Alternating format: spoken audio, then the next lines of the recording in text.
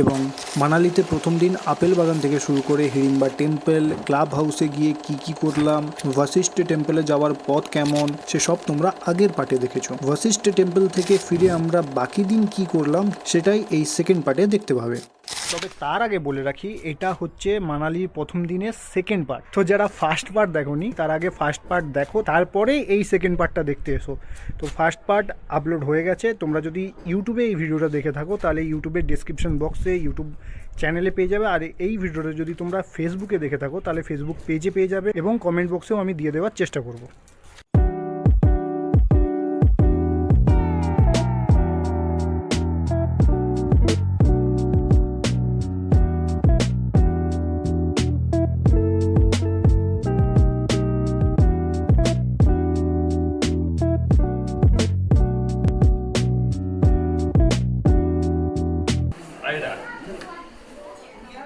হিন্দু ধর্মের সপ্ত ঋষির মধ্যে একটি ঋষির নাম হলো বশিষ্ঠ। সেই ঋষির পুজো এই মন্দিরে করা হয়। হ্যাঁ, এটাই সেই বশিষ্ঠ টেম্পল। এই মন্দির থেকে আমরা যখন বেরোই তখন এক্স্যাক্ট টাইম দুপুর 2:17, আর এখনো পর্যন্ত কেউ আমরা দুপুরের খাবার খাইনি। বশিষ্ঠ টেম্পলের আশেপাশে যে রেস্টুরেন্টগুলো আছে সেই রেস্টুরেন্টগুলোর খাবার প্রাইস তুলনামূলক একটু বেশি।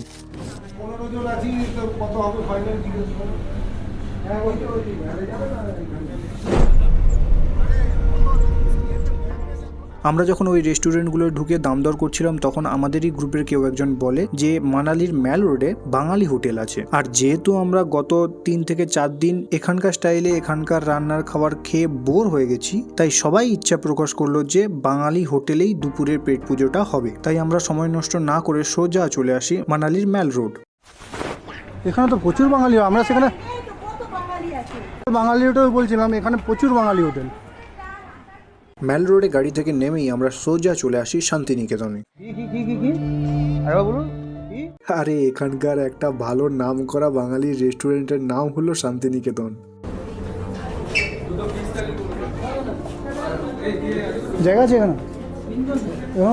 এখানকার বাঙালি রেস্টুরেন্টগুলোতে বেশ ভালোই ভিড় থাকে, তাই খাবার টেবিল পেতে আমাদের একটু দেরি হয়েছিল। বাট এখানকার বাঙালি খাবারের টেস্ট জাস্ট ওয়াও। না মাছ মুড়ি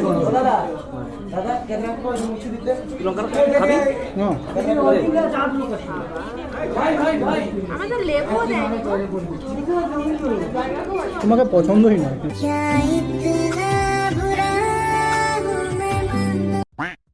আর এখানে আমার মতোই যদি কেউ ঘুরতে আসো তাহলে প্লিজ মাটনটা খেও, না হলে আর কি খেলে। ভাতটাকে বাঁচিয়ে রাখছে, মটনের সঙ্গে খাবে বলে।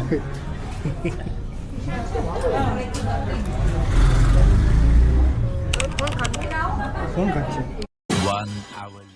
অনেকদিন পরে লিমিটের বেশি খেয়ে ফেলেছিলাম। খেয়ে দিয়ে ম্যাল রোডে এখানেই বুদ্ধিস্ট মনিস্ট্রি আছে, ওখানে চলে আসি।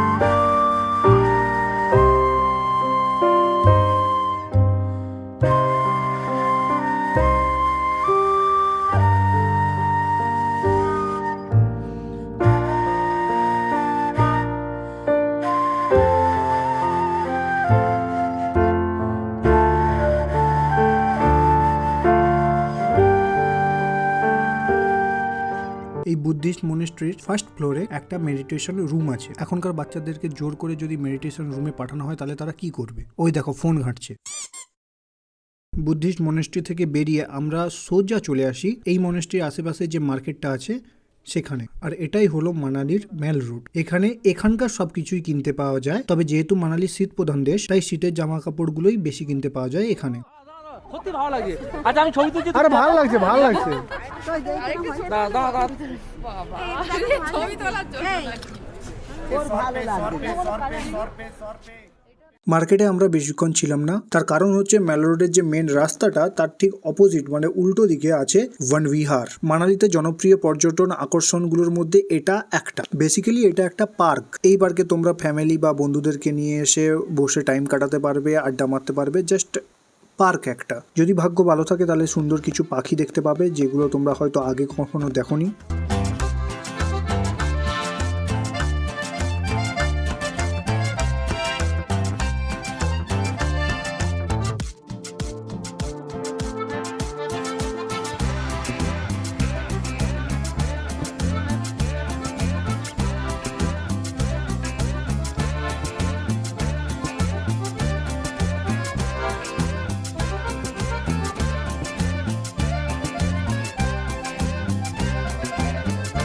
এই পার্কের ঠিক মাঝ বরাবর একটা ছোট পন্ড টাইপের আছে যেখানে তোমরা বোটিং করতে পারবে।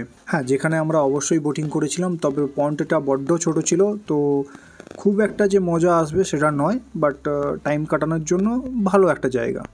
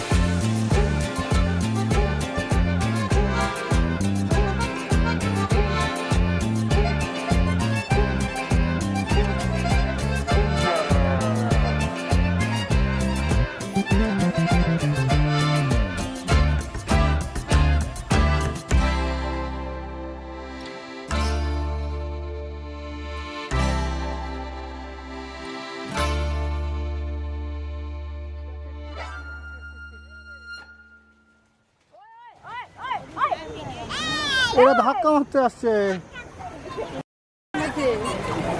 ওদের ছবি তুলে দেবে, ধাক্কা মারবে। বেশ কিছুটা সময় আমরা বনবিহারে ছিলাম। পার্ক বন্ধ হয় 5:30 থেকে 6টার মধ্যে। আমরা বসেছিলাম পার্ক বন্ধ হওয়ার আগে পর্যন্ত, কারণ আমরা ঢুকেই ছিলাম 5টার সময়। আমরা যখন বনবিহার থেকে বেরাই তখন রাস্তায় এরকম ছোট ছোট গোলাপ জামুন একদম গরম কিনতে পাওয়া যাচ্ছিল। বেশি নয়, 20 টাকা 50 টাকা দাম। এইগুলোকে খেতে খেতে আমরা হোটেলে ফিরে আসি। হোটেলে ফিরে গান্ডে পিন্ডে রাতের খাবার গিলে ঘুম। The next day. নাও আমরা যাচ্ছি রোথাং। শুধু হিমাচল প্রদেশ না, পুরো ভারতের সব থেকে সুন্দর পাস হলো রোতাং পাস। সোশ্যাল মিডিয়াতে তোমরা যারা রোতাং পাস দেখেছো তারা সবাই দেখেছো বরফে ঢাকা রোতাং পাস। আজ তোমাদেরকে যে রোতাং পাসটা দেখাবো সেটা দেখবে বরফ ছাড়া। এন্ড ট্রাস্ট মি, বরফ ছাড়া রোতাং পাস আলাদাই অনুভূতি দেয়। সবুজ হিমালয়ান ভিউজ তো পাবেই, পাশাপাশি পাথরে ঘেরা পাহাড়ের মাঝখান দিয়ে যাওয়ার যে ভিউ দেখার মতো। মানালি থেকে রোতাং পাস যাওয়ার দূরত্ব মাত্র 51 কিলোমিটার। 51 কিলোমিটার মানে প্রায় 2 ঘন্টা লাগবে রোতাং যেতে। আর এই 2 ঘন্টা তোমাদের বোরিং ফিল হবেই না। এখানের যে প্রাকৃতিক ভিউ সে তোমাকে বোরিং ফিল করতে দেবেই না। মানালি থেকে পালচার নামক একটা জায়গা আছে, সেই অবধি যাওয়ার পরে যদি আমরা হাই রোড ধরে সোজা যাই তাহলে আমরা চলে যাব অটল টানেলের দিকে। কিন্তু আমরা যদি পালচান থেকে ডান দিকে একটা রাস্তা পাবো যেটা হচ্ছে আমাদের কোঠি আর গুলাবার গ্রামের দিকে নিয়ে যাচ্ছে, ওই রোডটা ধরলে আমরা যেতে পারবো রোতাং পাস। কোঠি ভিলেজের দিকে যত আমরা এগোতে থাকবো তত বুঝতে পারবো যে পুরো জার্নিটা কতটা সুন্দর হতে চলেছে। মানালি থেকে মাত্র 13 কিলোমিটার দূরে এই কোঠি ভিলেজ। আর এই কুল্লু ডিস্ট্রিক্টের শেষ ইনহেবিটেড ভিলেজ হলো এই কোঠি ভিলেজ। এই কোঠি ভিলেজ যেখানে শেষ হচ্ছে সেখান থেকে পুরো রোথাং অবধি আমরা কোনো আর গ্রাম দেখতে পাবো না। রোথাং যাওয়ার পথে এটাই শেষ গ্রাম। বছরের যে কোনো সময় তোমরা যদি যাও রোতাঙে, ঠান্ডা পাবেই, তাই সঙ্গে গরম জামা কাপড় অবশ্যই নিয়ে রেখো। অথবা কোটি ভিলেজে বেশ কিছু দোকান আছে যেখান দিয়ে তোমরা রেন্টে গরম জামা কাপড়, স্নো এর ড্রেস পেয়ে যাবে।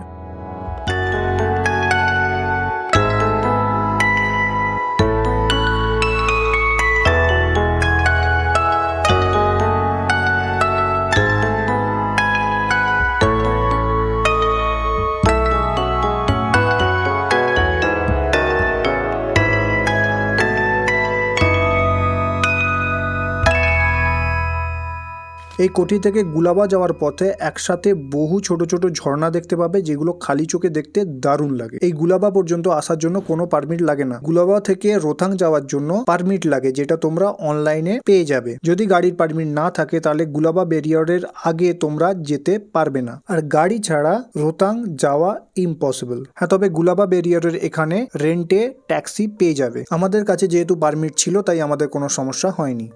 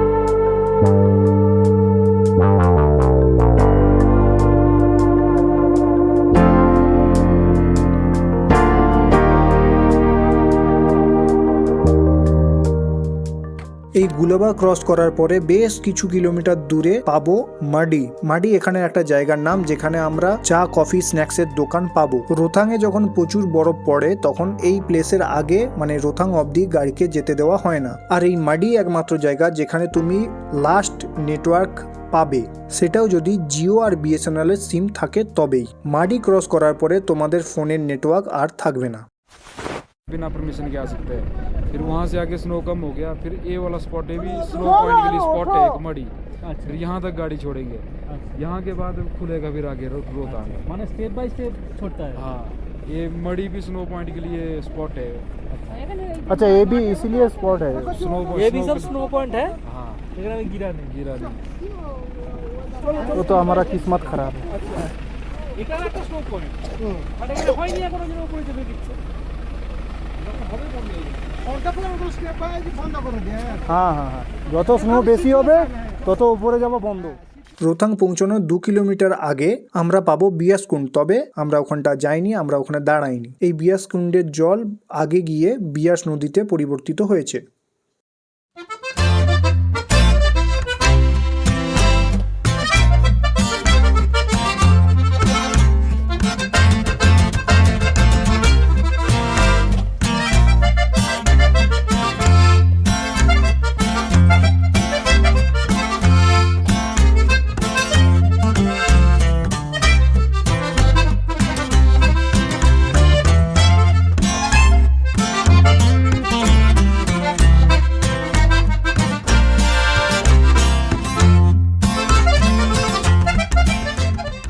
মাঠ থেকে রোতাং যাওয়া পর্যন্ত বহু জায়গায় বহু পয়েন্ট আছে যেখানে তুমি দাঁড়িয়ে প্যারাগ্লাইডিং করতে পারবে 3000, 4000, 5000 টাকার বিনিময়ে। প্যারাগ্লাইডিং করার শখ আমার মধ্যে থাকলেও আমার গ্রুপের বাকি লোকেদের কথা অনুযায়ী আমি বুঝতে পারি যে আমি প্যারাগ্লাইডিং করলে প্যারাশুট ফেটে যাবে। রোতাংয়ে এসে দেখতে পাই যে বহু টুরিস্ট গাড়ি এখানে আগে থেকেই পৌঁছে গেছে, আর যেটা দেখে আমার মনের মধ্যে একটু শান্তি আসে যে আমরা একা বরফ দেখতে পাইনি এমনটা নেই। আমাদের মতো বহু মানুষ আছে যারা বরফ দেখতে এসেও বরফ দেখতে পাইনি। খুব একটা ঠান্ডা নেই,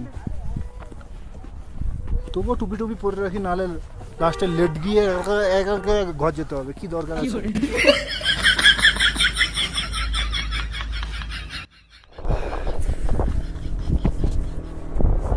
মহেন্দা কই?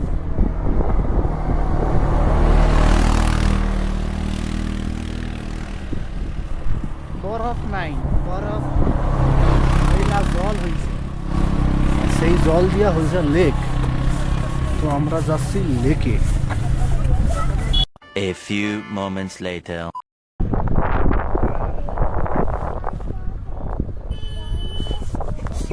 খুব একটা ঠান্ডা নেই।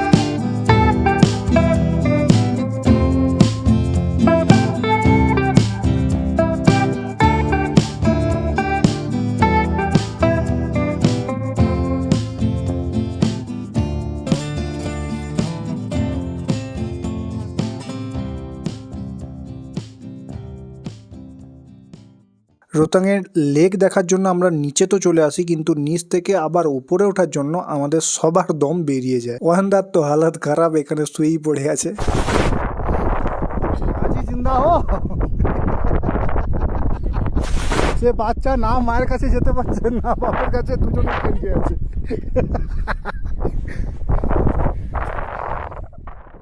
এক তো চোখে জল বের করানো ঠান্ডা, তার উপর এরকম চড়াই, আর এই চড়াই উতরাই পার না করলে আমরা গাড়ি পর্যন্ত পৌঁছতে পারবো না। এখানে কাটার মুহূর্তগুলোর ছবি তোমরা ইনস্টাগ্রাম আর ফেসবুকে পেয়ে যাবে, যে ইনস্টাগ্রাম আর ফেসবুকের লিংক এই ভিডিও ডেসক্রিপশন বক্সেই দেওয়া আছে।